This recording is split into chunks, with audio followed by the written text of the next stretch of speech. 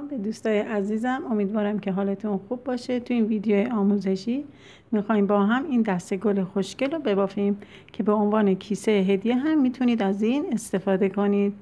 درش رو باز میکنید، هدیه‌تون رو میذارین داخلش، با بندکی که براش درست کردیم کیسه‌تون رو محکم میکنید. به این صورت من برای بافت این کیسه از نخ اکلیل تاب و قلاب شماره 1.75 استفاده کردم.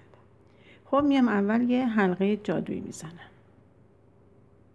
3 تا زنجیره میزنم که حکم یه پای بلند داره. داخل این حلقه 9 تا پای بلند دیگه هم میبافیم که با این 3 تا زنجیره که اول کار بافتیم بشه 10 تا. این رج رو ببافین تا آخر. خب من رج اول رو بافتم و با پای بست کارم رو بست زدم. برای رج دوم دوباره میام 3 تا زنجیره میزنم. یکم اول زدم 3 تا زنجیره که همین حکم یه پای بلند داره. کنار همین دوباره یه پای بلند دیگه هم میبافم. روی پای بعدی هم دوباره یه پای بلند توی این رج روی تمام پایه ها افزایش داریم. 10 بار افزایش رو انجام میدیم که تعداد پایه هامون میرسه به 20 تا پایه. این رجم ببافین تا آخر. برای رج سوم من دیگه گرد بافی رو توضیح میدم براتون. برای رج سوم میاییم یه دونه پای تکی میبافیم، یه افزایش، یه تکی، یه افزایش. 10 بار این کار رو تکرار میکنیم که تعداد پایه هامون میرسه به 30 تا. رج بعد 2 تا تکی، یه افزایش. 10 بار دوباره این کار رو تکرار میکنیم که تعداد پایه هامون میرسه به 40 تا. رج بعد 3 تا پای تکی، یه افزایش تا آخر که تعداد پایه هامون میرسه به 50 تا. این دیگه بستگی به خودتون داره که میخواین کفی این کیسه هدیه‌تون چقدر باشه، یعنی به اندازه خودتون، هر اندازه‌ای که دوست دارین بافتتون رو گرد بافی کفش رو انجام بدید. خب بریم این قسمت هم ببافیم و برگردیم.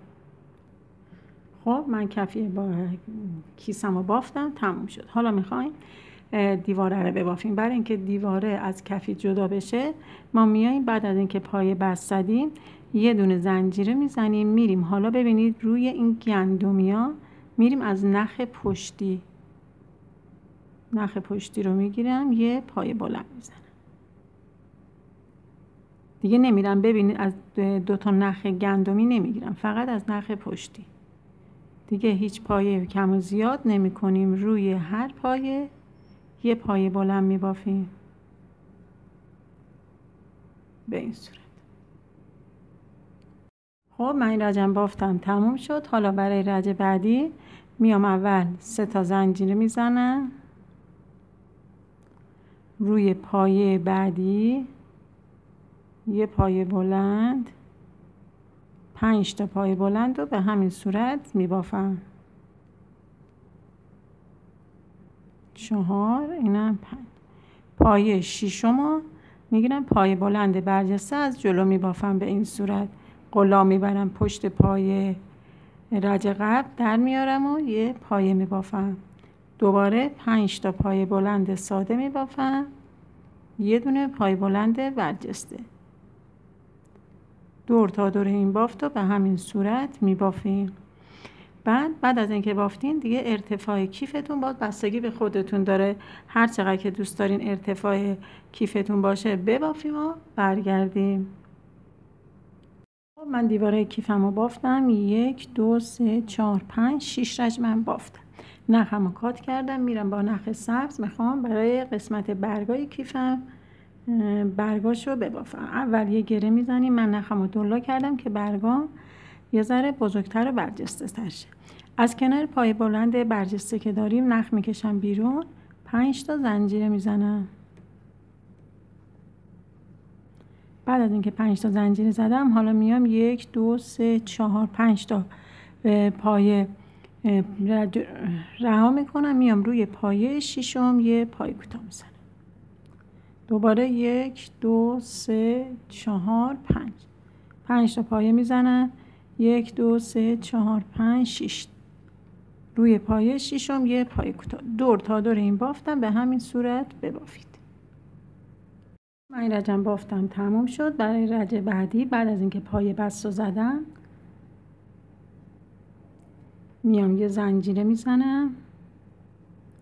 خب حالا شروع میکنم روی این فضای 5 زنجیره که داشتم 5 تا پای کوتاه روش میبافم. 1 2 3 4 5.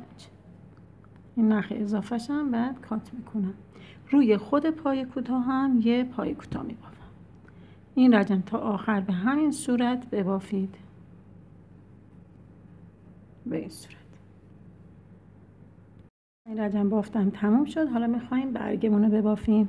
ببینید من اول میام 3 تا زنجیره میزنم. 1 2 3. حالا میام قسمتی که پایه برجسته دارم از پایه برجستم 2 تا میشمارم، از پایه ها رو 2 رج میرم پایین تر. 2 تا پایه میشمارم، روی پایه سوم یه پایه بسته برجسته از جلو میزنم. به این صورت. یه زنجیره میزنم، کارمو برمیگردم رو به سمت خودم، شروع میکنم روی 3 تا زنجیره ها باف بزنم. یه پایه کوتاه، یه پایه متوسط، 2 تا پایه بلند،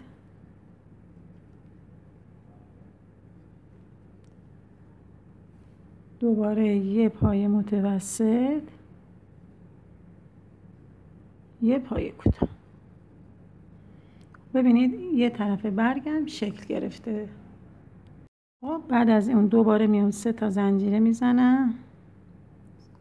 حالا میرم سمت راست بافتم، میام دوباره از کنار، ببینید از کنار این قسمت، این پایه برجسته که بافتیم، نه از کنار پایه برجسته بعدی، دوباره 1 2 3 تا پایه میشمارم، روی پایه سوم یه پایه بس میزنم اول، یه زنجیره. همین کارهایی که مال این قسمت برگ انجام دادیم روی این زنجیره هم انجام میدیم. یه پایه کوتاه، یه متوسط، 2 تا پایه بلند،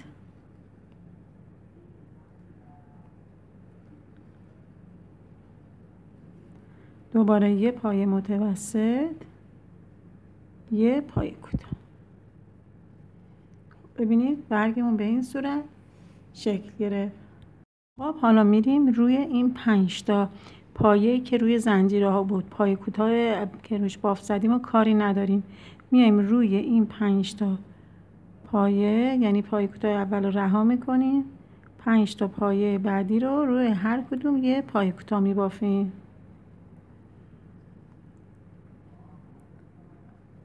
4 5. دوباره 1 2 3 تا زنجیره میزنم، میرم از کنار این پایه برجسته، دوباره 3 تا پایه میشمارم، یه پایه بسته برجسته از جلو، یه زنجیره و تکرار بافتمون. این کارم تا آخر توی این رج به همین صورت بافتتون رو ادامه بدید.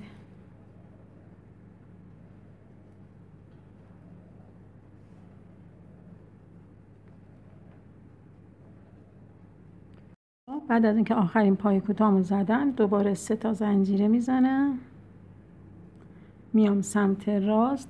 ببینید همین جایی که برگ قبلی رو بافتم دوباره میرم از زیر همین پایه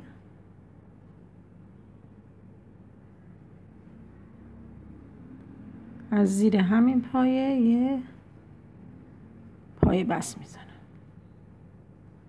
یه زنجیره، دوباره تکرار میکنم، یه پایه کوتاه، یه پایه متوسط، 2 تا پایه بلند، یه متوسط، یه پایه کوتاه و ادامه میام از روی 5 تا پایه کوتاه میبافم. ببینید به این صورت. خب من کیسم رو بافتم تموم شد، قسمت برگاشم بافتم و نخهای اضافهشم بین بافت پنهان کردم. حالا میریم برای بافت گلاش. دوباره شما با هر رنگی که دوست دارین نختون رو دولا میکنین، یه گره میزنین، 10 تا زنجیره.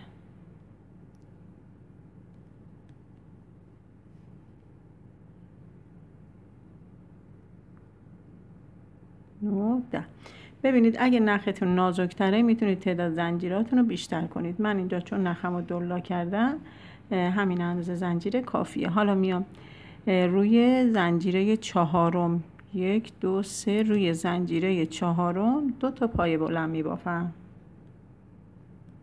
که با اون 3 تا زنجیرم میشه 3 تا.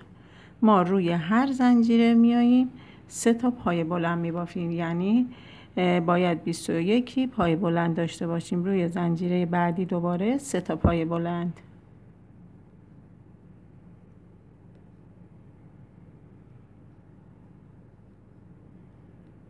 خب اینو ببافیم و برگردیم تا انتهای زنجیره.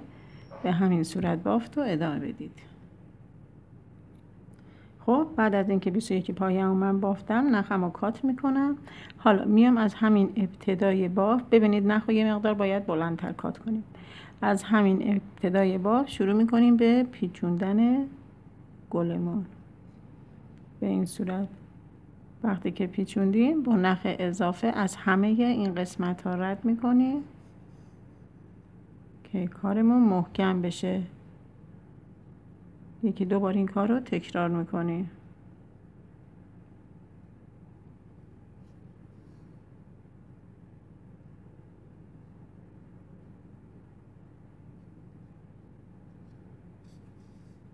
خب ببینید به همین صورت کارو جمع میکنیم. بعد نخهای اضافهش رو بین بافت پنهان میکنیم. بعد از اینکه بین بافت پنهان کردیم میاییم به اندازه کاری که لازم داریم، اینه که من بعدم پنهانش میکنم، به اندازه گلامون که ما 10 تا گل میخواییم. 10 تا گل رو بعد از اینکه بافتیم میایم روی این قسمت 5 تا پایه‌ای که پایه کوتاه که داشته بودیم میایم رو 5 تا پایه کوتاه با نخ رنگ سبزمون اینو به این قسمت کوک میزنیم. روی هر قسمت به همین صورت قشنگ کارتون رو باز میکنید. روی این قسمت گلاتون رو کوک میزنید یا میتونید با چسب E8000 هم بچسبونید. اینم بود از آموزش امروز ما. امیدوارم که شما هم از این کیسه‌های هدیه خوشگل ببافین و هدیه بدین. تا آموزش دیگه، خدا نگهدار.